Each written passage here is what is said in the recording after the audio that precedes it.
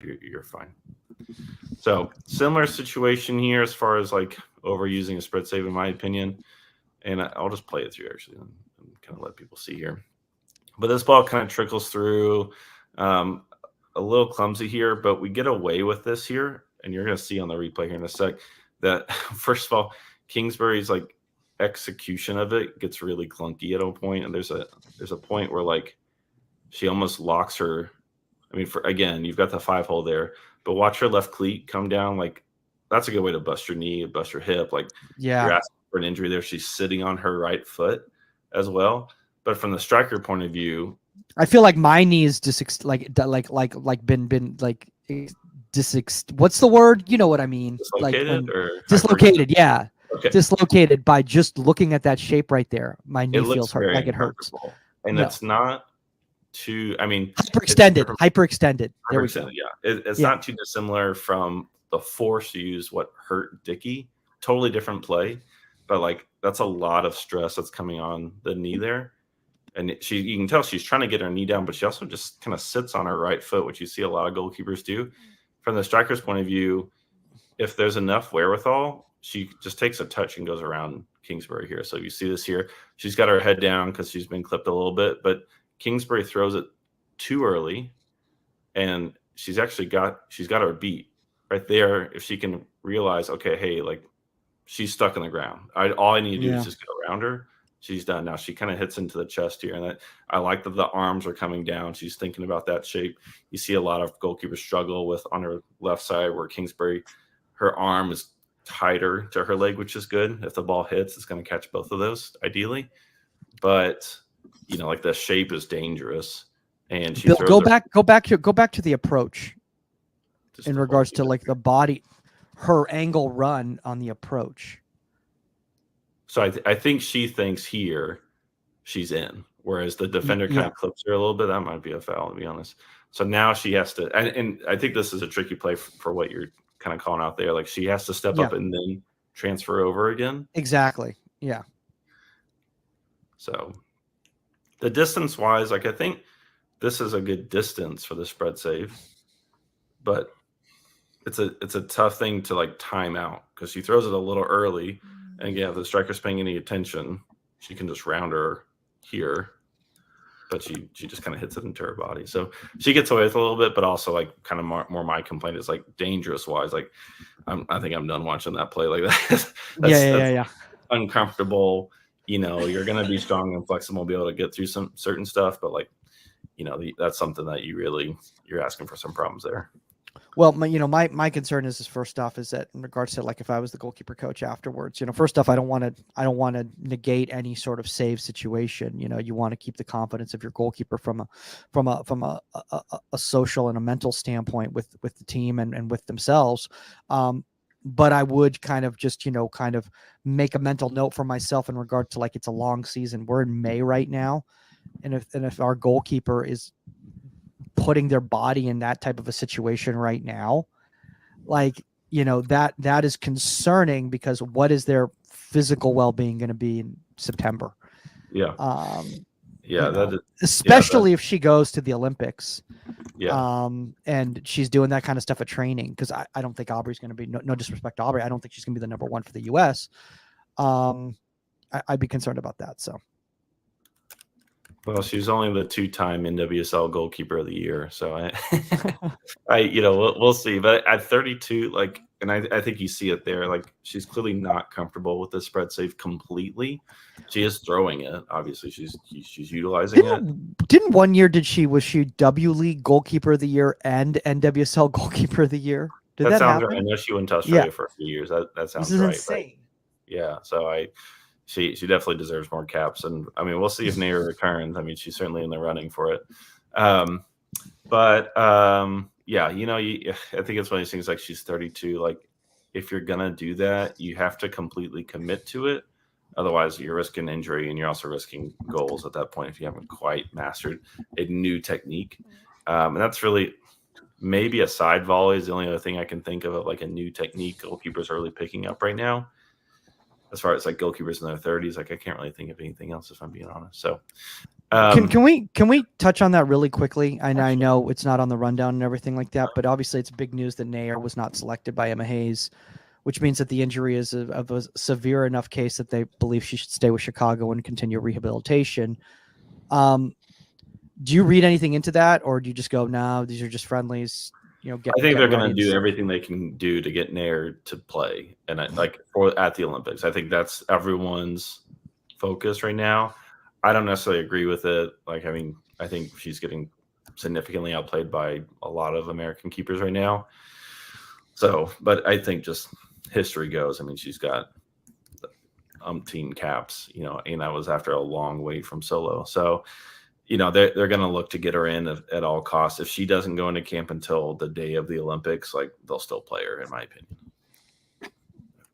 Yeah, I mean, my thing about in regards to what's going on right now with that was just coming through right here. Can you hear me? Okay, cool. My thing in regards to what was going on with that selection right there with that camp right there is that we just brought in it looked to me like, because of the selections that they made, which are all basically around the same age group and around the same level in the league, in their form and everything like that, is that they're looking for somebody who could step in and play for her if she's not available. That camp did not look like all of a sudden there was a out of nowhere type of a situation, like, oh, Mandy Hott's here now, like what, that sort of a thing. So well, they've gotten themselves into a position. It's been a problem for 15 years where, you look at the first 20 years of the women's national team, and it was a highly competitive position. I know Scurry had a ton of caps, but she goes 99 World Cup winner and loses her starting spot for the 2000 Olympics. It's a highly competitive spot for all those years. And then solo comes in, and it's kind of well, let's basically just kind of camp down on one. I mean, you've got the 07 World Cup, which is a bit of a debacle, but outside of that, it's basically all the caps are going to this person, and maybe that's financially related of trying to I understand trying to supplement income. However, what we've gotten now into is we don't really know who our number two is. Who is it? You ask 10 100 fans, you're going to get a lot of different answers. So, for me, you've got to keep that spot honest and open and kind of merit. Test, mic check 1 2. Hey. Let's give me a test. Test. You're covered, so you might want to drop your camera down a little bit more. I'm in the middle of redoing this room, so I'm trying not to show it. There you go. There you go. That's good. That's good right there. Beautiful. Fantastic. All right. Hey, Maneem, if you're watching this right now in Egypt, we're going to start in a couple minutes right now. So shout out to you in Cairo, Egypt. Gotta love getting the international people live on the show. Fun times. What time is it in Egypt? I don't even. I'm guessing it's evening of some sort, right? Really it's gotta be late evening. Know. I'm guessing. I don't know. That's awesome. Naeem, let us know what time it is in Egypt. Feel free to put it in the comment section. Watching on the Union. I love it.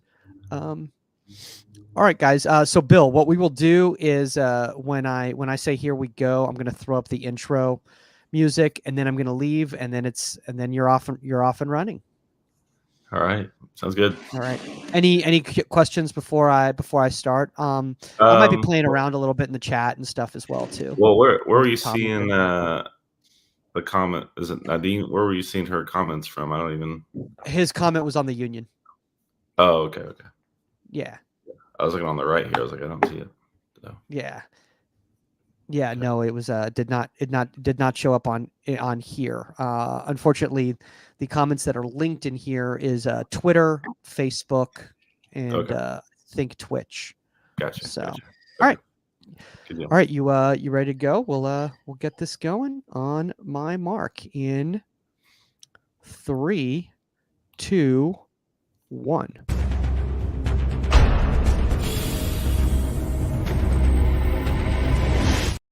That was the wrong one. I was like, wait, are we doing inside the 18? Let's go. I know. I'll take I over. know. I was like, wait a second. I was like, what happened there?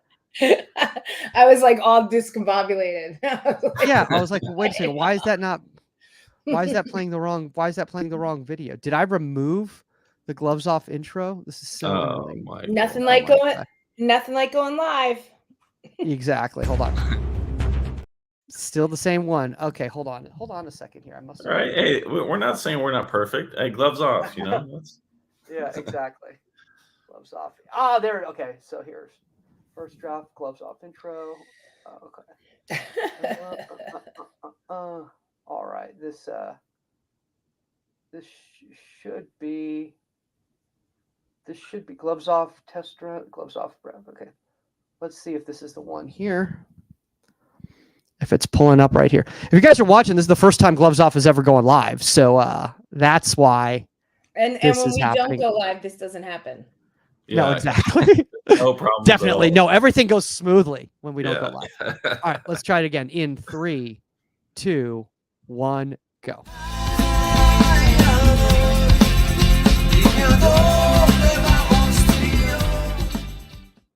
All right, welcome to Gloves Off. We got Majid out of the way. We're smooth sailing now. Majid stepped in last week for you, Saskia. We're glad to have you back. But yeah, catch us up a little bit. We missed you. It's been 2 weeks. Oh gosh, nothing. I had 2 games last week, so that's why you didn't have me around. It's good to be back for sure. Lots of interesting games in the league last year. Lots of interesting things going on for us to talk about. I'm in the middle of redoing this room, so that's why you see junk behind me. That's it, but it is what it is. Everything's growing, whether it's your room, whether it's goalkeepers' games. We're all moving in the right direction. So that's all right. Yeah. That's all right. I just didn't get it done in time. Redoing the office. So, but hey, Stan, what's going on, Stan Anderson? Hey, Stan. What's up? It's good. Yeah, I'm glad we're doing this live because it's nice to see the in real time feedback, but also. More pressure again on Majid more than us, but yeah, we're good to go. It's good. Now I will say you mentioned the games. I want to hold off on that because my timeline is still blowing up with Tim Howard. He got named to the U.S. Soccer Hall of Fame, and yes, he did. Yeah, and you know it's obviously a huge honor, right? That's the the highest honor in U.S. soccer outside like a team achievement, and I mean it's been weeks now. Good friend of mine, and I trained with Timmy when we were both in New Jersey as well. So yeah, wait, give us a little bit on training characteristics. I was with. Oh no, he was younger than me. Just so athletic, just so intense and focused. With Tim Mulqueen would train us, and I was in college at the time. Or just out of college. I was in college or just out of college at the time, but just knew he had something special, 100% something special. His dedication, just the way he played at such a young age, and just was a sponge for coaching. So yeah. It's I've known him a long time. Yeah, no, that's awesome. It's funny hearing it. It seems like goalkeepers kind of gravitate around each other when it comes to training. It's not too uncommon to say, "Oh, I trained with that person. I trained that person." And they kind of got to some similar level. So that's I'm not surprised to hear. But I mean, fast forward, right? He got into the U.S. Soccer Hall of Fame. Big career. Played overseas in England. I think his stint with Everton is probably the highest peak. Had time with Manchester United. Came back and played with the Rapids here. And again, I mean, I forget the exact date, but this is weeks ago now. He's been put in, and I think all those awards for him and the accolades are all very deserved. Obviously, he put a lot of time in. Arguably, our top goalkeeper ever, men's or women's. Like you can make a strong argument for it. I think I wouldn't say men's or women's, but okay. He's in the discussion. That's where I'm not saying discussion, but. Well, there are no World Cup trophies there. And on that point, when Scurry got in, and I think this is where my frustration is, where I see where everything Howard's getting, I'm like, okay, I'm okay with all that, like in itself, I'm fine. But when I see when Scurry got in, I mean, first of all, it was our 4th year. So Howard obviously got in his first year, inducted in his first year. I don't know what the percentage was. I'm sure it was around or at 100%. But Scurry didn't even get into her 4th year. And I know there's been some revamping with how the Hall of Fame does their voting, which I've been glad to see. I don't know if you've it's been not just to. a bunch. It's not just a bunch of old white men. Yeah, yeah. It's people Possibly. who Oh, are if we're paying gonna be attention. gloves off, I'm gonna get gloves off because I No, am look, not I'm with you. I will probably never be in the Hall of Fame, which is ridiculous. But and a lot of other my world champion teammates, and that is just part of the issue for me. But go Well, ahead with what you were saying. Well, no, I think this is like the bind, right? You've got, yeah, I think a lot of people devalue the Women's World Cup and say like, that's like a men's Gold Cup equivalent, maybe a little less. And they throw out this argument of like, well, it's more, there's more competition on the men's side of the Men's World Cup as opposed to women's, where, you're going to get 5 or 6, I think, that are really competing every World Cup. But for me, it's just really kind of, I mean, one, it's a blow, right, of a needless one to just kind of cut someone's legs out of saying, yeah, your accomplishments really aren't that good. I mean, there's not a higher level. If we just stay with Scurry, there's not a higher level Scurry could have played at. She did it, so you can't say, well, she didn't get to this level. There was no other higher level there.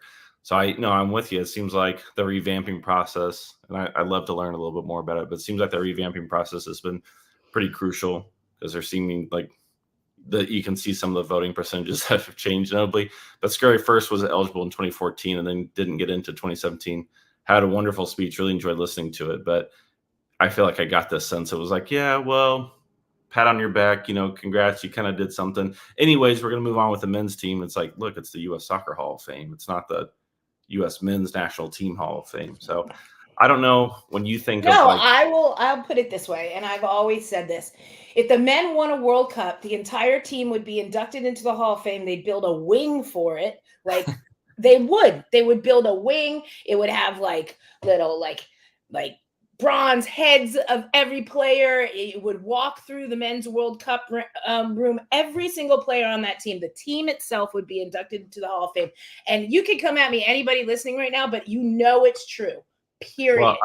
Well, I'll prove your point. The 1950 World Cup team that only won 1 game, and look, beating England is awesome. I love beating England. The whole team's in the World Cup. They just inducted the whole team into the Hall of Fame. So I'm sorry, do we have too many World Cups that you don't want to induct that many teams into the Hall of Fame? It's the most ridiculous thing I've ever seen, and it's just indicative of that old male mentality that we are second tier.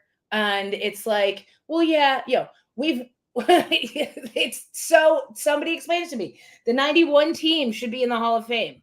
Yeah. The 99 team should be in the Hall of Fame, and so on and so forth. There should be 4 women's teams in the Hall of Fame. Some players are still playing. So what? You won a World Cup, the pinnacle of the sport for us, both on the men's and the women's side. And I'm sorry, we put just as much effort and energy, if not more, into being the best in the world because we didn't have the outlets we did in 91. Like you were scrambling to play. You were, there weren't all the pro leagues. But what is your argument now? What is your argument? Women don't sell stadiums? What?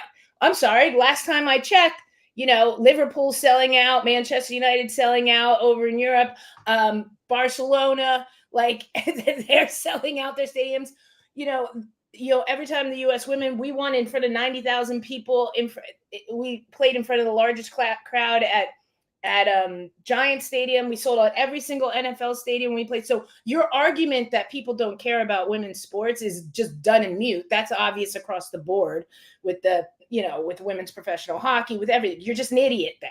And if that's your mentality as a Hall of Fame, like overseer or whatever you want to call these people, like then it's time for you to get out. Like, it is. It's time for you to get out. It's like, who are you? And you're not like the Supreme Court. And we wish we could get rid of half of them. So like, let's get rid of half of you and get new people to have bigger view and a more open-minded view on who should be in the Hall of Fame.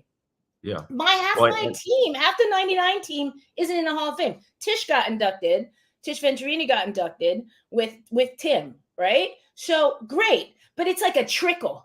It's like, okay, look at the people that are in the Hall of Fame and tell me what, like, okay, they've been great advocates, some of them for the sport and everything like that.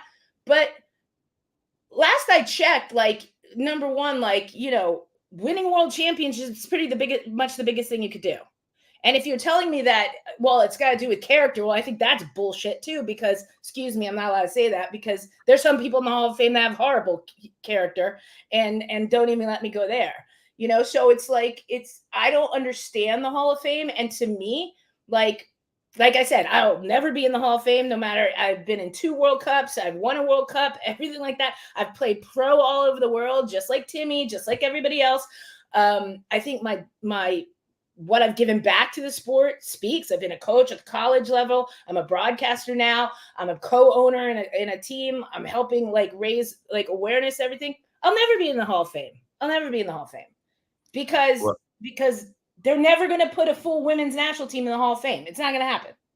No, you're absolutely right. And I think the Hall of Fame for me is like the perfect time to set the record straight of like, hey, like this is a time to, whatever anyone wants to say, like we can remember and set a standard for what something is or isn't. And you think of all these guests. Like I don't know if you've been out to Frisco to see the Hall of Fame. I forget what year they moved it out there, but I went that first year, so I'm sure it's changed a bit since I've been out there. But you go out there and you can imagine a ton of fans, young or old, that are walking through, and they're seeing what U.S. Soccer is telling them of like, hey, this is a standard. And they have, I don't know if you know this, but they have, and this is our history. Right, this is our history. And this is our history. And over there in the corner is the women. Well, and they even have a section there, which I thought I was a little surprised. I actually kind of liked it, but it was a jersey from all of the reigning champs in college from Division 1, 2, 3. And I was like, I don't really know if Division 3 college is like something that I would personally include in the Hall of Fame, but it is cool to be like, hey, like it's an inclusive thing of like everything that's going on. I think for me, that kind of opens a bit of can of worms. It's like, okay, well, where else could you, like, do we take high school state champs? Like, I don't like, you can make some arguments, but I think it's cool to like walk in and see something like that. But then you're absolutely right of like, whether like for the women to reach a threshold, it's like you've got this sliver of like, well, if you get to this 0.1%, you get in there. On the men's side, it's like, hey, if you played like 20 games, like you can get in, like you have a good shot. So right. And so listen, but look, if like for me, like what, 30 something caps or whatever, but that's over a span of 10 years. I was on the U.S. national team, and listening to the podcast last week, like those are the days. No, you didn't sub. That was it. You didn't sub. You're capped for over 100 and something games, but you're not playing in them. I mean, you're on the bench for over 100 and something games, but you're not playing them. And so those are the arguments. Well, but with the men, I'm sorry, like Tony Meola, another great friend of mine. But if you go apples for apples with people and you say, all right, what have you done? Okay, you've played in several World Cups. Okay, check. You've played pro. Okay, check. Right? You've been an influence on the sport. Okay, check. So why then? Where's the differentiation there? Where is the difference? Like it's but okay. So if we're checking boxes on one side, and then you're checking, but let's add World Cup champion on the other side, right? So either you have to hold it to the same standard, or then have the men's Hall of Fame and have the women's Hall of Fame, because it's just ridiculous to me. It's absolutely ridiculous. And even to my friends and my friends that do vote, then you're not holding up the torch either. You're getting your jacket and you're like, peace, I'm out. Thanks for my red jacket and everything like that. And I'm just like, where is that voice? I have the voice here, but where is the voice to stand up for those players? Like, where is the argument from all of us, from U.S. Soccer, from the women's side of U.S. Soccer? Why isn't the 91 team in the World Cup? In the Hall of Fame? Why isn't you have a bunch of the players from the 91 team in the Hall of Fame. Yeah, Mia Hamm, you've got Michelle Akers, but where are the other players? Where are the other players that won the World Cup? Oh, I'm sorry, 1950, you won one game against England, right? When the ball was actually leather, and like it was like you won one game and you're in the Hall of Fame. Well, and I don't understand. No, I'm with you. And I think just so I'm sure there's someone out here thinking this, like, just to be clear, the 91 team got the Medal of Honor, which is like, it's a pretty rare thing to get. There's only ever been 4 given out. And, that was a very rare thing to get. But to be clear, the 1950 men's team, every single player, including the backup goalkeeper, they Is are in the Hall of Fame. individually in the Hall of Individual, Fame. Like right? they didn't get the medal, which would have been pretty fitting if we're being fair. But like, so there's kind of tiers to this, and it's kind of funny. Like I agree with you. Like, wouldn't you flip that? Wouldn't it be the 1950 team would get as a team the Medal of Honor, right? As a team, but they didn't win the World Cup. They won a game, and then the 91 team won the World Cup.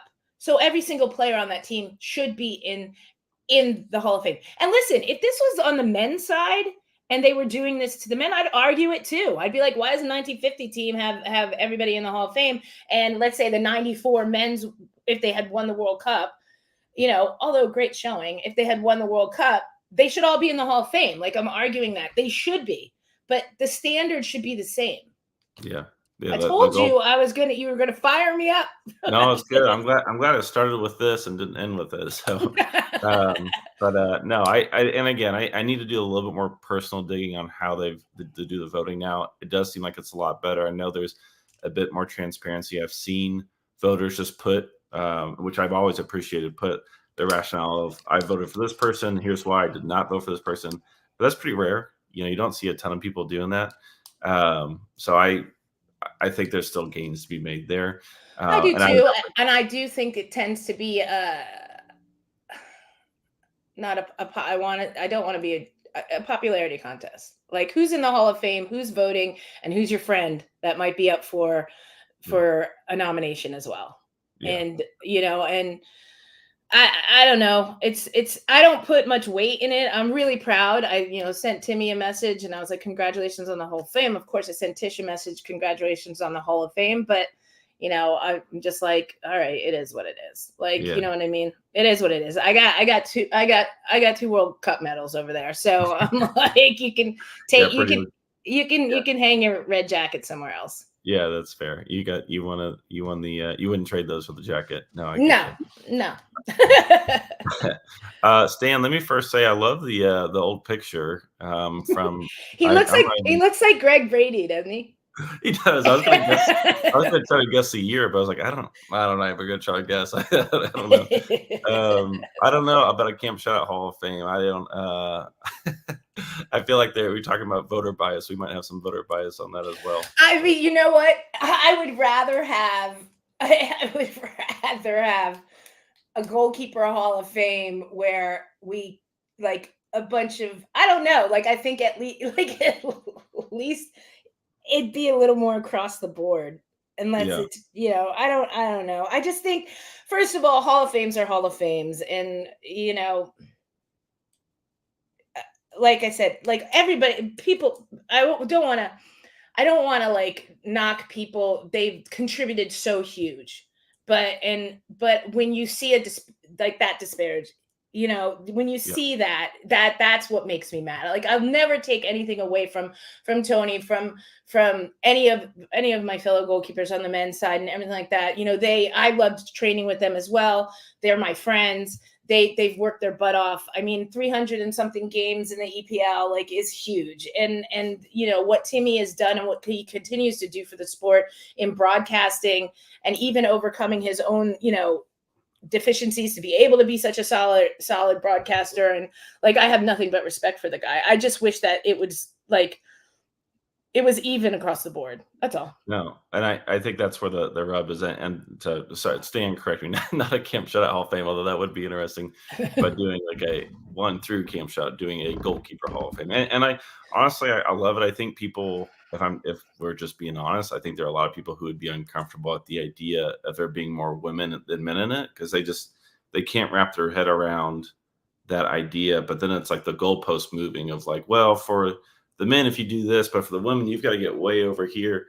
Like, you start doing that sort of stuff. Like, that's the argument. The argument is, it's like, what is it? Because the women are so successful. Where does it end? Does it turn into basically a women's Hall of Fame with the men over here? Well, then I have to say to this, step up your game, man. You know what I mean? Like, I'm sorry. Yes, I have 4 stars on my hat. You're right. There's 4 world championships. And if you want World Cup championships, it has to be honored. It has to be honored. Like, I mean, there's a statue of Brandy outside of the Rose Bowl, right? And there's this, I don't know if you've ever seen it, right? It was put in about 5 years ago. Myself, Brandy, Lori Fair were there, and when they unveiled it. And so it's Brandy on her knees, you know, the iconic image when we won at the Rose Bowl. And then there's this beautiful like wall monument, and on the back is every single player's like name and then like personal signature. It's a really beautiful monument, you know. But the Rose Bowl can do something like that. Like the Rose Bowl can do something like that with all the iconic games that have happened in the Rose Bowl, right? All the championships, everything that's gone, whether it's football, whatever it is, but they can do that right in the front of the Rose Bowl, right? But the Hall of Fame, it's no. Well, and look, at the end of the day, like you're preserving history and you're sharing that with someone else. I mean, Jimmy Douglas, who is the goalkeeper who played for the men's team in the 1930 World Cup, there's like a few pictures of him, but there's no video, and it's really just kind of a storied account of, hey, this guy was good. And there are many others that kind of fit that spot where they played, and there's not really anything for the current fandom, fans, players, coaches to go look at. They just have to take people at their word of like, hey, like people back then said this person was legit, and we're going to remember that person. And if they get in or don't, like that drastically changes their narrative for how they're remembered and what the standard is and what things were like. And for me, that's where the Hall of Fame comes in. It's like, hey, you get to share to the future, like what the standard is. If you get your name in or don't get in, like it's a huge swing. I know this is a weird analogy, but it's almost like, yes, they have to play catch up with the women. It's almost like, look at baseball with the stats and the Negro Leagues, right? So that just got implemented. First of all, why it should have always been like that, right? It should have always been like that.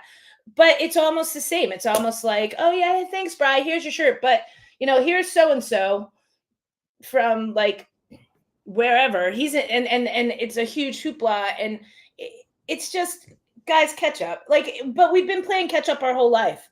Like that's it, and listen, the best way to beat people is with success, right? No, that's the truth. And I mean, that's where it comes at the end of the day. For me, it's like the U.S. women, like, there's not a tier that they're not hitting, like if they either are like, I like that face, by the way. Like, but I mean, that's the truth, like there's not like they could have done more. It's like, well, they really kind of topped out in a lot of ways. I mean, they didn't win literally every single game, but I mean, when you get to that level, you can't say, well, they should have done a little bit more. You can't like find a way to just. No, I mean, people were so harsh after, and so was I after the exit from this World Cup. But you know what? The world has caught up, and that's a fact. And the U.S. can't rely on. I know we're getting off things, but the U.S. can't rely on being the fittest, being the hardest working, and playing one style and one system anymore. That's the truth. Like, everybody else is playing pro all year round. Everybody's fit. Everybody's ready to go. Everybody can like play multiple styles and we saw that in the World Cup, and we'll see it again in the Olympics. So, Yeah. Well, and it's a two-way street on the standard, right?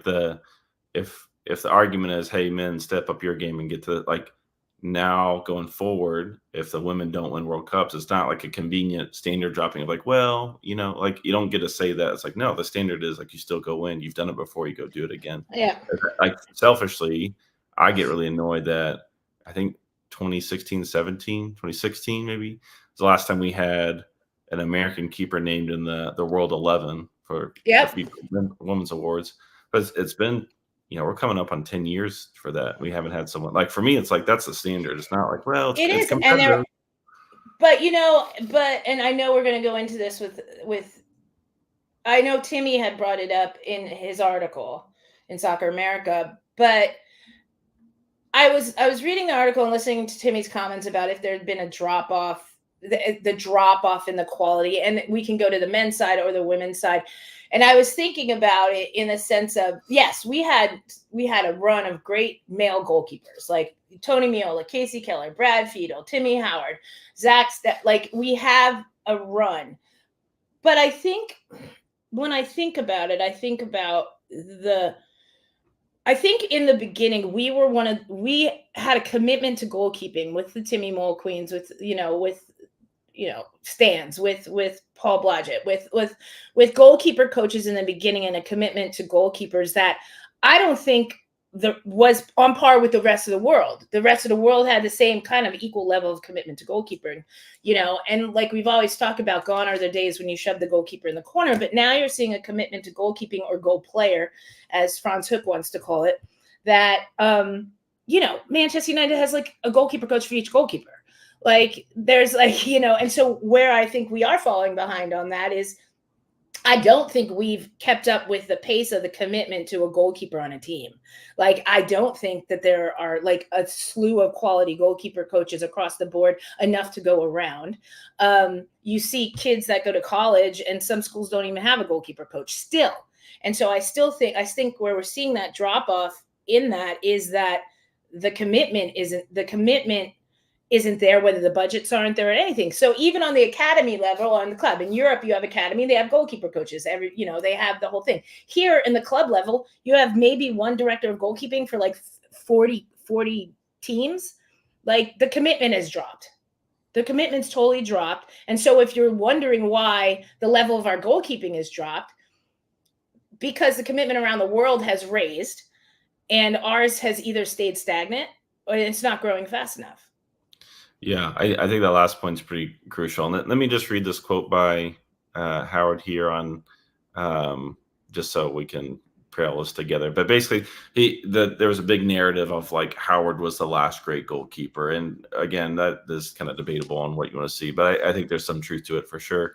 And so he gets interviewed, and so he says, I think the goalkeeper coaching has dropped a level as well.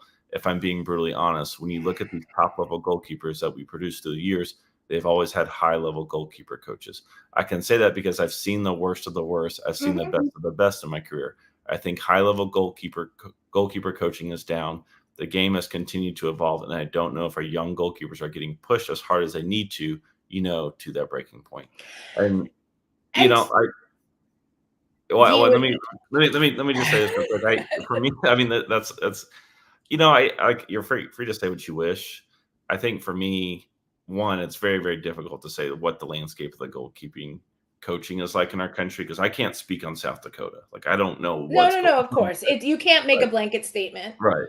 So, but I do think there's like something, and kind of what you're getting at earlier is like, it does feel like things have kind of stalled a bit. I think this is a real big systemic issue of, where is the federation leading us? Where are the top goalkeeper coaches in the country? Where are they leading us? Whereas what it feels like is people, instead of bringing people to the table, they're getting hyper focused on their one or two projects, and there's no sort of like, kind of bringing in that sharing, that helping, that raising of the tide. It just gets really, really funneled.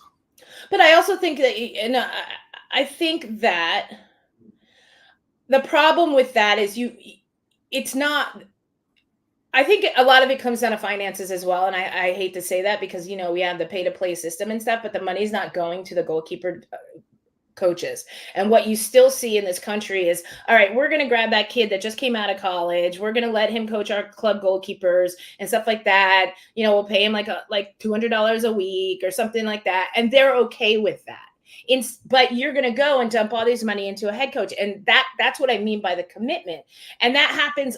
Look, some clubs are on point with it. Absolutely. So that's why you can't make a blanket issue. But that's a very systemic problem that we have with goal. And so then you're wondering why the goalkeepers aren't advancing. Also, there's a change in the way we know this. There's a change in the way goalkeepers play, right? It's like I said, Franz Hook, it's goal player. You're the 11th man. So are we developing our goalkeepers with the technical side of being that field player? And I don't think we have made that transition across fast enough. And so I think you're seeing, when we see highlights and stuff, you're seeing the goalkeepers that we have kind of struggling with that, with the new changes and the growth and the change in the position, where I think, if you look at the European side, you're looking at and you say the top women, and we haven't been in the top, you're looking at a lot of those that are so good with their distribution, so tied into their defense that they are that 11th player, which is what the world soccer has changed into. And so I think that is a lot of where that disconnect is. And that's how we have to develop our new goalkeepers, because that's how the sport's changed. And I think maybe we're still a little behind on that. Yeah. So no, and it's a real, I mean, again, and this is right what you're saying, it's a real systemic thing. Like, you've got to have a top-down approach to this sort of stuff. And, you know, if you're paying 200 a week, you're going to get 200 a week. Like, that's yeah. your investment and return are going to really most often that. So, but you have to ask the parents that are paying $5,000 a year to play for, let's hypothetically, it might not be the cost. Let's say for surf or something like that, to be a part of the organization. Don't hit me up. I don't know what your dues are. It's just an example, right? So, but your child's a goalkeeper, right? So you're getting a top. Let's say you're getting like a top field player coach, a head coach, but you're getting that kid fresh out of college to coach your kid at goalkeeper. But that's what you're paying $5,000 a year for. And then on top of that, you're paying for private goalkeeping because you're not getting the quality of goalkeeping at your club. So that's a problem to me. Like, I'm paying my dues so you can get the best field player coach for all the other kids, but not the best coach for my kid who's a goalkeeper. And that to me is unacceptable. Yeah. And that sort of approach for me is like, if you've got a really low level team that's like, you know, the thought is, hey, we're just going to be playing here, and no one really has any aspirations to play after like this moment. You're going to play with this club, and you're not really going to look at college. You're not going to look at pro. You know, like, I can kind of understand, okay, like, those places are going to cost less. You know, like, those are going to be a little bit looser. But when you're playing, when you're at a serious club with a serious acronym of whatever league you're in, you know, like, you should be expecting a high level of like, hey, we're all wanting to like max out here, and in theory. I agree with what Stan's saying, and Stan's saying clubs should subsidize their goalkeepers to seek goalkeeper training. And I agree with that. Why? If you bring a goalkeeper in and you don't have the quality of coaching and training that they need to develop as a goalkeeper, because you're putting all your money into the field player coaches, then you should subsidize the fact that they have to go outside of your club to get private goalkeeper training, because you're asking parents to pay on top of that $300, whatever it is, a week for private goalkeeper training, because your club isn't providing the quality that they need. So I agree with you, Stan, 100%. Yeah, no, and I look, it's a really nuanced thing, because I think from people outside looking in, they don't quite understand the dominoes that have hit with this. But that's a really great point there of like, imagine if a forward like was really struggling on shooting the ball, and they had to go to another play. Like, one, that would be absurd, but also two, the club would be like, no, we need to take responsibility in that. But when it comes to goalkeepers, and it is a very different position, I understand, but there's a lot of like, it's right. Part of your team. It's important. Yeah, you think. Yeah. I think unfortunately it's become so normal for people to go get private training, which if you want to do that on your own, in addition to, like, I don't think anyone really has a problem with it, as long as you're, you know, staying safe and everything. But if you're not getting enough, then yeah, absolutely. Like, the club needs to take responsibility, but you know, it's a real power dynamic where and it's not going to happen. They can just not do anything. It's like, well, okay, yeah. So, well, we'll move on to. I know.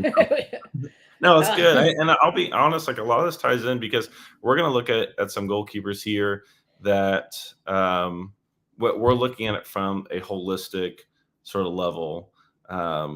Wait, hold on. In all reality, Mike Madison said, in all reality, I shouldn't exist as a private coach if the club was doing its job. I 100% agree with you, Mike. I mean, 100%. You know, well, I mean, really, what the answer should be is people who are doing private training, like, they should probably be brought into clubs. It's like, and whether that's a part-time, full-time thing, like, you know, the private coach, like, you know, I don't know if it really makes sense to erase them from the face of the planet, but yeah, I think there's a little bit of truth to what Michael's saying. Yeah, so that's fair.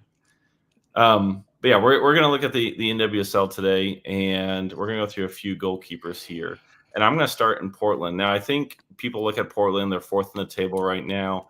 you probably feel good. But I they think, weren't. well, and I think people are expecting like, hey, like they're gonna make playoffs, do all right. To be fair, I think there's some valid questions to ask about Shelby Hogan, who's been waiting in the wing for a bit with Portland, and I rate her high still. But I think for me this season, the start of the season was really poor. She's gotten better already, which I was really happy to see.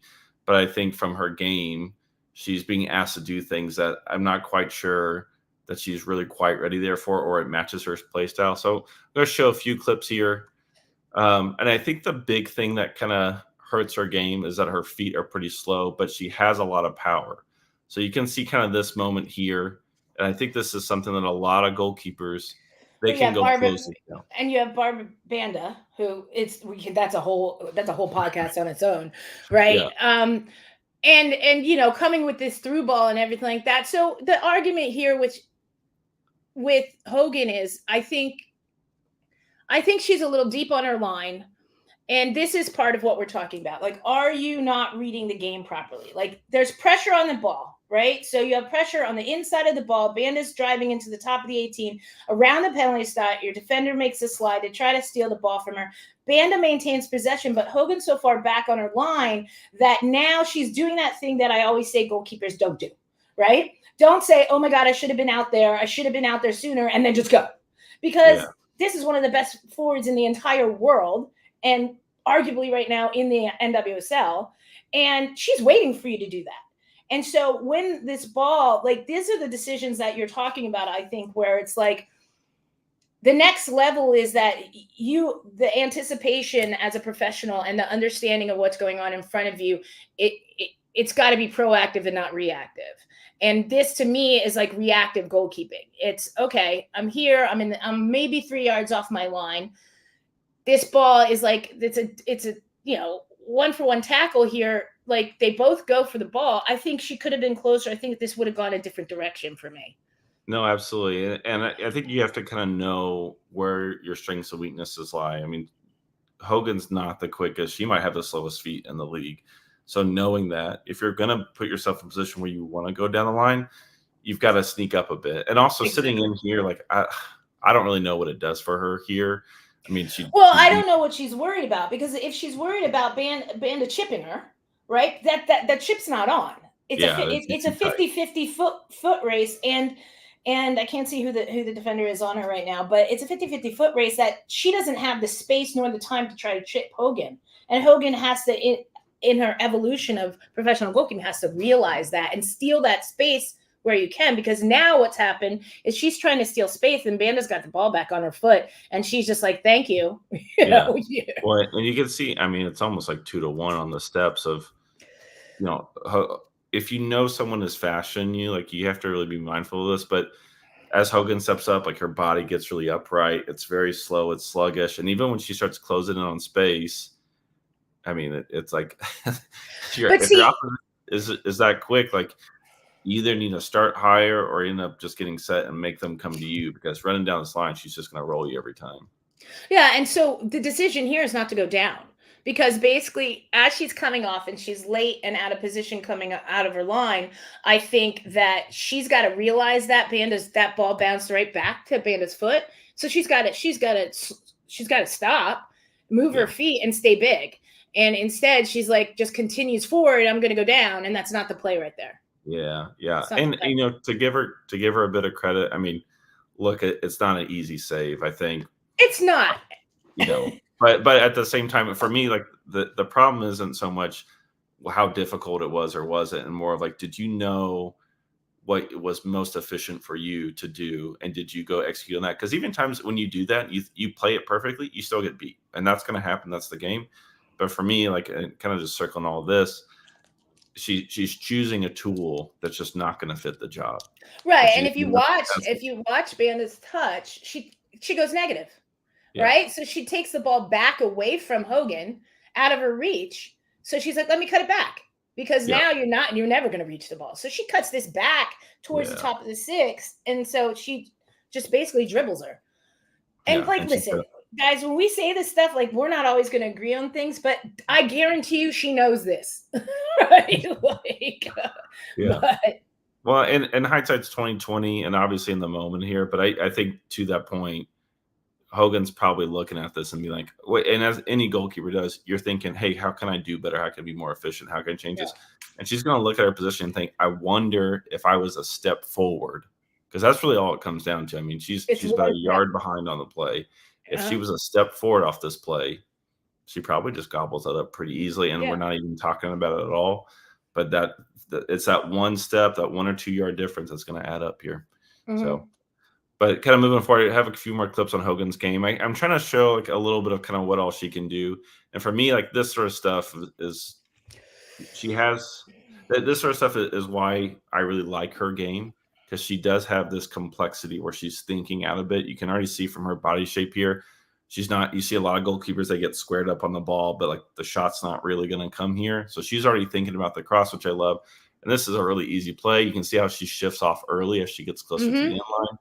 Like this is a smart play. I think she trucks her own player on this, but you can see how easy it is for her. And this is better by her because I think you're right. I think a lot of goalkeepers would stay near post, right? But you can see as this ball gets deeper to the 6, so when the ball goes deeper to not the 6 to the end line, she readjusts and she gets more central because she knows that near post shot's not on. She knows even if it's a miss hit, she can cover it. And now look at the range she covers with this short cross all the way outside the 6. It's about 7 yards in the air, and that's good goalkeeping. Yeah, and it looks really easy, but that's a lot of prep work. That's a lot of thought for that. That's a lot of prep work in practices and training, but that's a lot of mental prep work for what she's doing there. So, and again, just a very, very simple play. Kind of another play here. I think we can get a little bit more of a clear here, but I think the part of her game that I like is that coming off of her line, it just feels natural. Tactically, she knows what she wants to do. She maybe can get a little bit more on this, but she still catches it, gets close to the top of the 18 here. Her team steps on this. So it's funny seeing her feeling so confident on these aerial balls when some goalkeepers are clueless on them. And it looks really easy for her, but then you go back and look on that first play, it's almost like that goal that she gives up. So that's really easy for some goalkeepers, and she struggles a bit off of it. So yeah. Look at that crowd. Look at the crowd. Sorry. Yeah, truly. I love the Portland fans. Yeah, no, it's a good crowd there. The smoke. The last play here for me, this is probably the best thing I've seen her do, maybe ever. Certainly this. No, this was, and I got to. Yeah, this was incredible. Yeah. That save. Did you call this? Was this last season? This was last season? This last season? I thought this was third. This might have been last year. I forget. They're all No, I would, but I remember. Because that's Croy. Bethune, I was watching it, screaming like, "Oh my God, that's that!" And listen, if you guys, because I know you guys are listening, but this is a save she had against Washington, and the ball pops back out. It's a shot. It pops, and she dives, so she's on the ground, and Croy Bethune hits it first time, and second time off the half volley. No. Oh, yeah, then that comes back. Yeah. Yeah, it comes back to her, hits it first time, and the fact she gets up so fast. Yeah. This is instinctual goalkeeping. And I will tell you that some people will say you train, and you do train this. You do train this. You do train like a miss hit, a deflection. You're on the ground. How do I get up and get my positioning back as well as I can? Like, so she gets back up, set, body weight forward, because if she's trying to get up and her body weight's back, this ball goes into the back of the net. So this was literally one of her best saves so far this season. Yeah. Well, and I think on all that is a very small detail, but you see a lot of goalkeepers not do this. Her eyes stay on the play. So everything you just said, she knows what she needs to do, where she's tracking it. And some of this she's screened a bit, but she knows just either context clues or sounds or whatever. Like you can just see it as she's getting up off the ground. She's tracking the ball. She hasn't kind of lost sight of it. She's not, like she's still tracking the play, and the ball's fading a bit off of her, which is great. Great point. I think this goes back to the power aspect for her. Like she's able to make these big, powerful movements of like that, pushing yourself up like this and then making the save off that. Like that's a really difficult combination of like moving your body. That's not just standing up. So No. that's the sort of stuff where I think and instinctual is a really great word for her. She is a very instinctual goalkeeper. She understands things really well. I love how, and these are just small things, but I love how much her team really loves, like, I feel like you see a lot of times goalkeepers make that save and their team's like, yeah, whatever. Like, she's getting a number of players coming over her. She's frustrating the coach. Like, or I guess or her coach is celebrating. But there's just a lot to this where it's like, okay, she's worth something for me. I think right now in the season, for me, it's like, hey, like let's give a look at Alvarado for me, because where they are in the standings, yeah, they're fourth, but they've given up a ton of goals. And if they weren't scoring a ton, like, they certainly wouldn't be sitting fourth. And I don't think she's one to abandon completely. But if you're running something over and over again, where you're getting these hiccups, you're getting these small things here, and you're the best league in the world, and you want to go compete, like, you can't just be riding something and just hoping, oh, hey, I hope this smooths out at some point. Like, if you throw someone in the deep end and they start struggling a bit, at some point you've got to pull in. And I don't know if we've quite hit that, but for me, I'm leaning towards Alvarado at this point. I don't know about that, because I like Alvarado. She's such a great shot stopper and everything like that. I like her size. I like, but they are fourth.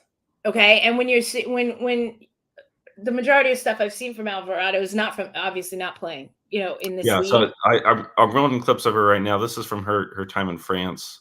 So just so people get an idea of her game.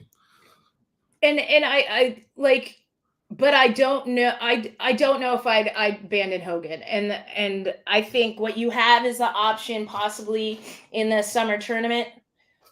Maybe like get her some games, because you like we always say, you want both keepers to be played in. Yep. But right now, with Portland sitting at 4, with them doing better and everything, I wouldn't abandon Hogan. I disagree. I wouldn't abandon Hogan yet. But gosh, yeah. It's a hard argument, because of how just athletic Alvarado is, what a great shot stopper she is. But I've also seen her with hiccups with distribution and everything like that. So it's kind of like, it's the same thing where you're like, okay, Hogan's doing, like, handling, like, her timing on crosses and services and everything is really good, but then she makes like some hiccups that maybe Alvarado wouldn't make. But then I see Alvarado making hiccups in past clips of her distribution's poor and she's giving the ball away and stuff. So I'm just like, neither one of them is a full package. No, and you're absolutely right. That's for the and that you can see that's a little clunky there from striking that ball on your point. It's really kind of, where do you want to put your eggs in what basket? I think they're very, very different goalkeepers. Alvarado's a bit more athletic. She can move her feet. She's got a bit more of chaos to her, but she knows how to kind of lean into it. And she's quicker even with her size. Yes, yeah. But I think the big down point on her is, like, playing out can get really clunky, can get really difficult. She's going to get pretty limited. I wouldn't say she'd be the worst in the league, but I think she'd be closer to bottom than even certainly the top, but maybe even the middle. Like, it's not great. But I think the problem for me is, like, when you have a goalkeeper who, Hogan's still, I think in my mind, young, in the sense of she's still a bit of a rookie in that just playing time and minutes. She hasn't got a lot of games under her belt. I get concerned of just throwing someone back out there. And when you're seeing mistake after mistake, one, what does that do for that goalkeeper? But also, two, what does that do for the other goalkeeper? And we've all seen it where someone's playing, they're not playing great, and the backup's asking, like, hey, how come I'm not playing? Like, why don't I get a chance? And you may have a reason, you may not have a reason, but you see a lot of times that backup says, like, well, I guess I don't have a chance. So now they start pulling the foot off the gas a bit, and just like the level drop. So I don't know the exact scenario I would go down, but I'm sure in Portland they've had conversations about it. Yeah. But yeah, at some point there's a threshold that's going to cross. I don't know if we've quite hit it, but I feel like we're getting very, very close. Well, yes, and there's going to be a point in the season where you can't go back. Yeah. You can't, like, start from scratch. I say you might have the opportunity in July. I don't know Portland's schedule off the top of my head with the summer. Like, everybody's playing a bit during the break, so do you play Alvarez and C? Because then when you enter the final stretch of the season after the Olympics, do you then have a choice to make? But I still think that's late. So, Like, I think that's late. Like, just like Angel City, we talked about, like with Angelina Anderson starting and then Haracic coming in. Well, now I think you stick with Haracic. Like, well, and there has to be, and again, this is stuff that's just kind of out of our purview, but that's a great example. There's a way to make that switch correctly, and there's a way to make that same switch and do it incorrectly. Where if you're doing something that is pushing Anderson the wrong way, then then you've really messed up kind of your long-term planning there. If you're able to pull Anderson off the field there and make that switch and say, hey, like we've got a long-term plan for you. It's going to look like XYZ. We're going to look into these games in this moment. Then Anderson gets to say, okay, you know what? First part of the season wasn't great. It was below my level. I'm prepping now for this game, for that moment, for this, as opposed to now I'm just kind of waiting and maybe I get a chance and maybe I don't. Like that sort of thought process, long-term planning, like that's the difference. And it's the same here for me. It's if you have a long-term plan here, that is we're just going to try something and hope it works out. If you've got something where you planned out, where you've got minutes for people, like you're going to see a really high level, because at the end of the day, like goalkeepers typically want to celebrate each other. It's not that adversarial of a situation unless something happens where people are getting unhappy or they're not feeling like they're getting a fair chance. And I know that when I talked to Becky Tweed about that, I know that the first thing when that switch was made for Angel City, the first thing out of Harchic's mouth was like, is Angelina okay? Like, how do I help support Angelina? I know what it is to go through this transition. And that's the type of goalkeeping crew that you want, and so, that gives a positive mentality to Angelina, as long as you're transparent and say, listen, exactly what you said, in the sense of, listen, we have this future mapped out for you, and we'll start working through it, and we're going to put DD in, and, but you never know what happens. So. No, you're absolutely right. And certainly wanted to keep an eye on moving forward here. We will take a look at, we talked about her last week here, so we're going to return to Laurel Ivory here. And, I think it's a rough game from her against Washington. They end up dropping the game 3-2. Certainly a game that was winnable, if I'm just being honest. And it's kind of a mixed bag, but I think at the end of the day, like, people are kind of pointing the finger at her, which, I think for herself as well, she knows that she miscues a couple of these. I will say early save here, which I like. And this is kind of those things is you look at the goal we showed against Hogan. Ivory has the quickness to kind of close down a little bit differently. She's maybe still a little deep here than she needs to be, all things considered. But as that ball's playing, she's instantly going. Yeah, I think yes and no, because I think if Bethune takes a touch and gets a little space here, she can get it over Ivory. So I think Ivory's depth here is okay for me. And then she's at the same time, and so there Bethune could hit it, right? And she has the skill to do it. But she's waiting. She's like, okay, she's not going to hit it. Just please slip that ball in there because I'm going to come. And that's the anticipation I'm talking about. And what the hell was her defense doing? I have thought that all season. So you guys, everybody can be harsh for the 3-2 loss and put this on Ivory, but if you come back and you look at this game, I would be all over the defense. Like, really? There are 4 of you in the box, 2 of you right there, and you still get split, and Ivory has to come up with the save. So to me, yeah, she saved you here. And also, I mean, look at is that Williams at the top of the 18, and then on the fourth side, Bethune should have laid it across to Williams. I mean, she's got 3 options. She's got the other side as well. Like she's in on the left back there. So I know and we'll show some more clips. You're gonna be pulling your hair out about this. But the one thing I will say again, like she's got the quick, and I'm with you on that. She closes well here. She does well to save her team. The one thing I don't love, which I think we'll see again here, when she goes for the spread save, her hands are a bit back.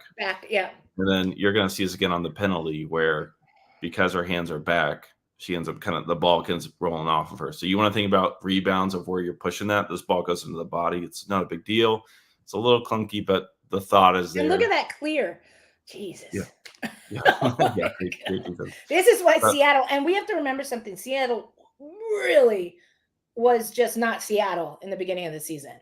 Yeah. So, like, I equate it to, like, look at Jane Campbell, right? And I said this on air this past weekend, and I was just like, we're talking about how great Jane Campbell was playing. And I'm like, yeah, but she's made like 50 saves and 12 in one game. Her team, like she's saving Houston, period, right now. Like, so even if she loses, you're like, so okay. There were some goals that she let up, and I was just like, all right, well, you're gonna be pissed about that because you shouldn't have let up a near post goal. And that one you should have gotten down to, but the other 12 shots you saved. Like, yeah. It's a bit of pressure when your team's averaging 1 goal a game and you don't have a lot of room for error. Yeah. So this is later in the game here, still 0-0. Ball gets played back to, I think this is like from a corner or something. The ball gets countered out or something. So the ball gets played back. And this is where I get frustrated with Ivory's game a bit because you can tell there's intentionality here, right? She intentionally kills this ball because she wants to look at her options here, and we'll get a couple different angles here. But how she flights this ball, I mean, you're asking for a lot there, and you're actually really just hoping and wishing there because this comes down really fast.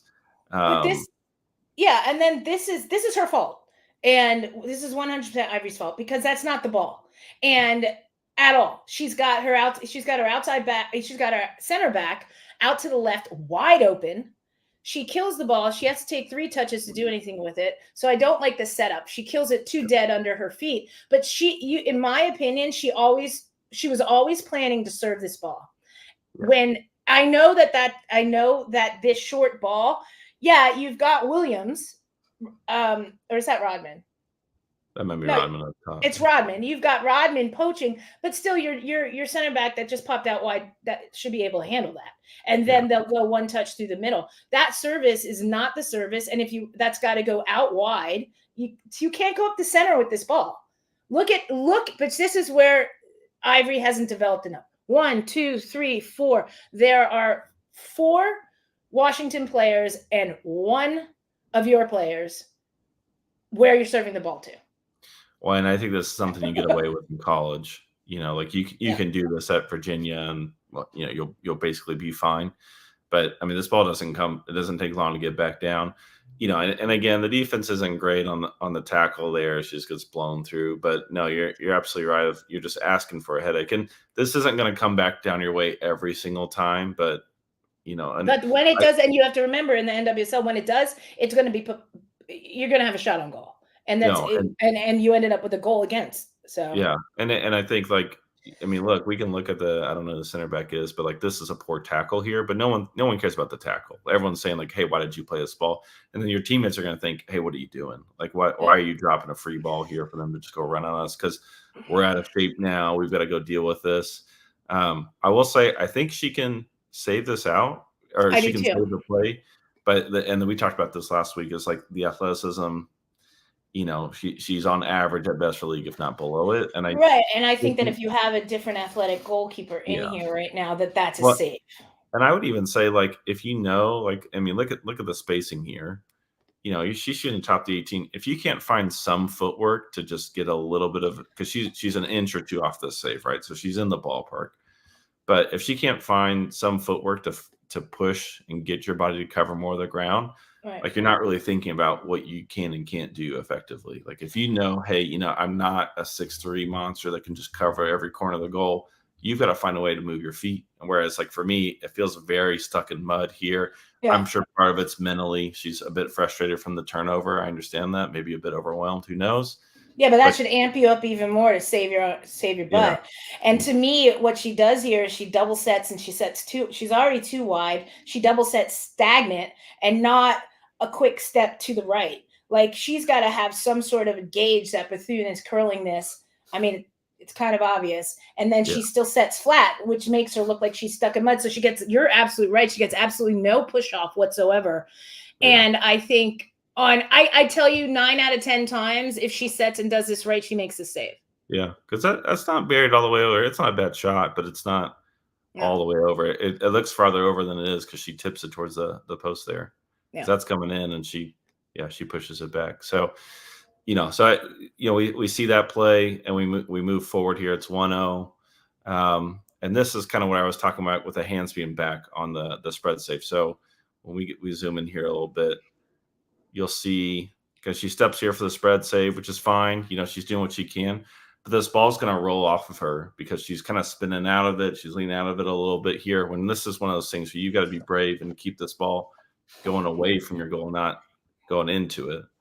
Yeah, well, what you're seeing her do here is that flinch, right? So her body is turning actually away from Rodman, her head and everything, and it's like her weight is not proper on the spread save. So that's why this goes back behind her. And then what she do? She takes out Rodman. Yeah. So, I mean, I think technically, and look, that's why we're here, gloves off. But this is pro, you guys. And technically, this has to be better, you know? And so, yes, did I think there's some mistakes on the defense? But do I? Yeah, and we can get into defense. I 100%. Like, why is Rodman so open, the weak side? Like, this is one of the best players in the world, and she's just sitting over there like, hey, pass me a ball. Yeah, so that's got to be tightened up. But our whole job as goalkeepers is to clean up the mess, right? And so I think technically she needs to tighten things up. Now, listen, I've seen Ivy make some huge saves, right? But you don't want to be the goalkeeper that comes up with one or two huge saves. You want to be the goalkeeper that's consistent. That's the goalkeeper that wins games. Well, I kind of wonder if it, and this is me, I guess I could be completely off here, but I do kind of wonder if there's a bit of a disconnect. You talk about being the goalkeeper who makes saves, like that's a part of a team collective effort. Whereas as this ball spills, I don't get the sense that Ivory thinks, oh, my teammates who are very, very close to play, they're going to solve it. Because I think they can. But she's thinking, they're not going to solve it. I need to go insert myself. And this is where the penalty comes. You don't see the penalty on it. But that's the foul from Ivory there, where she's rushing to get this ball. And, you know, I don't love that Rodman is basically on top of her. So there's basically, it's tough for Ivory to move. But knowing that you're always going to get this called against you. Like, you can't be, you know, tussling with this attacker who's in on goal and not. No, it's a foul. Yeah. It's a foul. But I kind of wonder, is that a product of lack of trust in the defense? Because we've seen a number of times already just this game, defense is doing who knows what. And thinking and it's a kind of a Campbell thing. It feels like I need to go do more. Like, no, like you've got to be able to trust them and do their job. So. But what we also don't know here, I know we're running really long, but what we also don't know here is we see that stagnant, like on the first goal and stuff like that. Where was on the first save and everything like that? But I don't know the level of Ivory's communication. Yeah. Like, you know, and even when I'm broadcasting, I can't hear that really. Like, it'd be great to have a mic on the keeper to hear what they're saying. So are you organizing? Were you organizing because your first job in this penalty was to organize your weak side, right? You've got your center backs organizing what's going on around the ball, but why is your weak side out of position? Yeah. Right? Your weak side's totally out of position, which allows this through ball. Your two center backs aren't connected, or your weak side and your center back aren't connected, which keeps Rodman onside. So what is your communication here as a goalkeeper? Was that your first thought? I got to make sure Rodman's like pinch in, watch the through ball, watch the long ball. That's like rule number one, because that's where you're susceptible. Like, you've got your team organizing around the ball, you know? So yeah.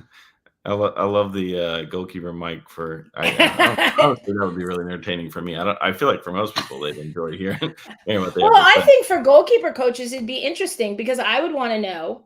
Yeah. I would want to come back and I'd assess this. What was building up? What were you telling your defense right here? Yeah. Like, your job is to organize. Like, even when we have the ball, your job is to still make sure your chess pieces are in place in case the ball gets turned over. That didn't happen here, which is why Rodman was wide open. Yeah. And I would have loved to have known that and said, well, you weren't saying anything. Well, and so on this next, this is the third goal here, and you can see Ivory pointing, and this is the big question of like, well, what is actually being said? Can they hear? It just depends on what the crowd's doing at the time. But she knows there's a problem there. Right. But I mean, like, that is eons of space. Like, I don't know what's going on here at all. And I think from a goalkeeper's point of view, like, this is so deflating. Like, you're trying this, you're trying that, and like, you feel like you can't make any mistake because you know you're going to be looking at something like this, and this is just an easy goal here. Just knock this in. But Ivory sees it, but for some reason, like, they kind of gap her out in a weird way where it's not too hard to flight that ball. I mean, she's got like 4 or 5 yards around her. So, it's a team issue at the end of the day. But yeah, I think that to me. That's on. She's saying mark up, right? Never understood pointing the arm. By the way, I've never understood that. Like, you don't need to point your arm. Like, just say, just say so and so. Watch each side. You can just say it, and you don't even have to look because you already know what you have to do. And I tell my goalkeepers this all the time. I'm like, why are you pointing? Like, and trying to focus this way. You're just say it, and you don't need to look and make sure it's being done. Once you say it, they need to make sure it's being done. Yeah. But the other thing, this goes on a defense for me. And look, do I think maybe a Murphy takes a different line on this with her size and she actually gets to this? This is a really good ball because this is a dipping driven ball. But I think some other goalkeepers probably come and box this and make a tap. Now, I think her thought process is she was supposed to be marked up. I was yelling it. Yeah, I mean, she is more than open there. Yeah, no, I think that's a tough ball to come get. If someone punches that way, that's a good play. I mean, a really good play there. But it is. I think you're right. I think some do come for that, and I think Ivory knows she can't quite get there, so she's holding line. But she's expecting other people to do her job there or do their job there. Yeah. So last clip here, I'll show. And this is just a small thing, but again, this is what I like about Ivory's game. She is trying to weigh options. She's looking around. You can tell her head's on a bit of a swivel here as she's picked up this ball. She's looking to distribute quick. She looks around. She looks right. She looks central. Looks left. Doesn't like it, so she lets things get spaced out here. She's looking for something here. She's maybe looking a little too far left here because as she rolls out here, she's staring down her target. And I don't think that's a badly hit ball as far as a technique goes. But I think when you think of what's actually going to help the game, I mean, this is something that it looks like the other team's kind of read you a bit and they know where you're going. Yeah, I mean, it's pretty obvious where she's going. Yeah, and now they're able to go swarm that. Yeah, and I don't really know the intention on this ball in the sense like this is what I'm saying. You're taking that much time and everything like that. Is that the best ball? And honestly, it's just that ball actually, in my opinion, if you're going to roll this ball to yourself and hit it there, I know what she's looking for. She's looking for the flick here over the top into space. Why not just go over the top? And if you don't have the leg for it, then that's another problem, right? Yeah. But I would rather see this. You hit the ball into the space over the top of the back line. Why not? Well, I think this is the great tension for me with Ivory. Is she's got some good ideas here.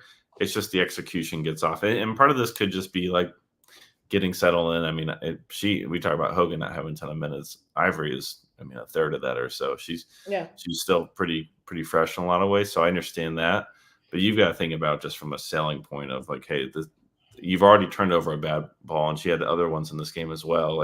You're trying to thread needles after you've already been picked off a bit. But at the same time, going back to the defense. Why was it taking them so long to expand? Right. So you see her get the ball. Everybody's like, la, la, la, la. Yeah, I think they're just expecting her to go forward here. It's I don't. But you still got to give the options. You're outside midfield. What are you doing? Drop back. This should be these two center backs, these two backs should have gotten expanded wider because what you're doing right now is now she really doesn't have any options because Washington has it locked down up top right now with the press. Yeah. There's no place for her to go really. Sure. Yeah. So yeah, those outside backs they run up field so far. One, it takes time, but also two, it's really tough to connect that now because they're Washington just gets set in they're doing. Yeah, they've got it. Yeah, you get flat, you're gonna start opening things up. But yeah. Well, man, there's so much. I'm gonna even cut here because we are rolling a little bit. I do want to talk about Mackenzie Wood next week because for sure. There. But it's been well, we spent 40 minutes on the Hall of Fame. No, I look, and I think that it shows it's serious. It's you look at the reverence for the Baseball Hall of Fame and really any Hall of Fame. You're only as revered as you are taken seriously from your own self. If you're just goofing around and this and that, people aren't going to really respect it. And the U.S. Soccer Hall of Fame, they don't have a great history. It was 2010 or so that they finally got more players and executives in, which is crazy to think about. But you're if you want to have something done well and be revered and be respected, like you've got to put in a high standard for yourself and not just be convenient with this and that. So I'm okay talking about it, like, because it's a serious thing. So, but no, it's plenty of goalkeepers to talk about. We'll hit it again next week. But it's good, Saskia. Yeah, we'll probably have some U.S. stuff to talk about too. We'll the game this weekend. So Imagine did well filling in for you for I appreciate him doing time, but we get the real deal back here with you. So it's all good. All right. Good. Yeah. But you can find on us on Instagram, on Twitter, and of course the Union app here. Saskia Weber on the Union app, is that right? It's just Saskia on the Union app. Okay, yeah, and I'm Bill Reno on the Union app. So ping us those questions here. We love having people comment. One, it just gives us more content to talk about, but also too, love hearing back from y'all. So appreciate all that. Saskia, you want to close us out here? I said, and now our new home on Believe Network. So you can listen to the podcast and the Inside the Team podcast. And we've got a lot more under the Union umbrella coming to the network and everything. But yeah, hit us up. And it's great hearing from you guys. I love it. And I'll work on that goalkeeper mic. Yeah. We'll see what we can do. All right. We'll see y'all next week here.